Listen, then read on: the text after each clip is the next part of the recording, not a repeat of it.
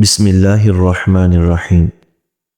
ایک دن ایک بیٹے نے اپنے باپ سے کہا، بابا میں مسجد میں نماز پڑھنے نہیں جاؤں گا کیونکہ وہاں لوگ باتیں کرتے ہیں، بچے شور کرتے ہیں اور فون کی گھنٹیاں بجتی ہیں۔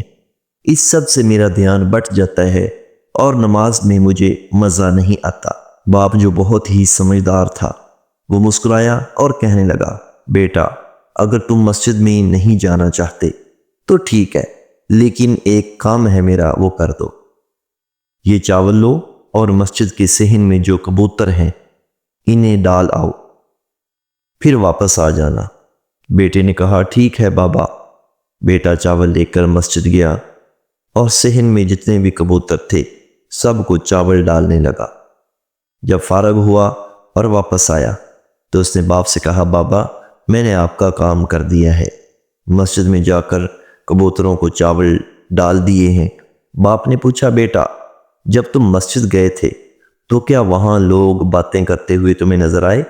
بچے ہنسی مذاق کرتے ہوئے یا شور مچاتے ہوئے تمہیں نظر آئے؟ بیٹے نے جواب دیا، نہیں بابا، میرا دھیان تو صرف چاول ڈالنے پر تھا، میں نے کسی اور چیز پر توجہ ہی نہیں دی۔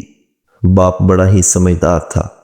یہ سن کر اس نے نرمی سے کہا، بیٹا جب تمہارا دھیان چاول ڈالنے پر تھا تو تمہیں کوئی اور چیز نظر ہی نہ آئی، تو تمہیں کچھ اور نظر بھی نہ آیا۔ یہی بات نماز کے لیے بھی ہے۔ جب تم مسجد جاؤ تو اپنی توجہ لوگوں پر نہیں بلکہ اپنے رب پر رکھو۔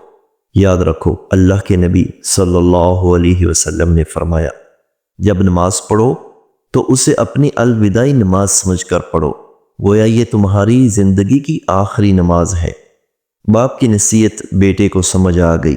اس نے وعدہ کیا کہ آئندہ وہ نماز کے لیے مسجد میں ہی جائے گا اور نماز کے دوران اپنے رب پر دھیان دے گا، ارد گرد کے شور پر اور لوگوں پر دھیان نہیں دے گا۔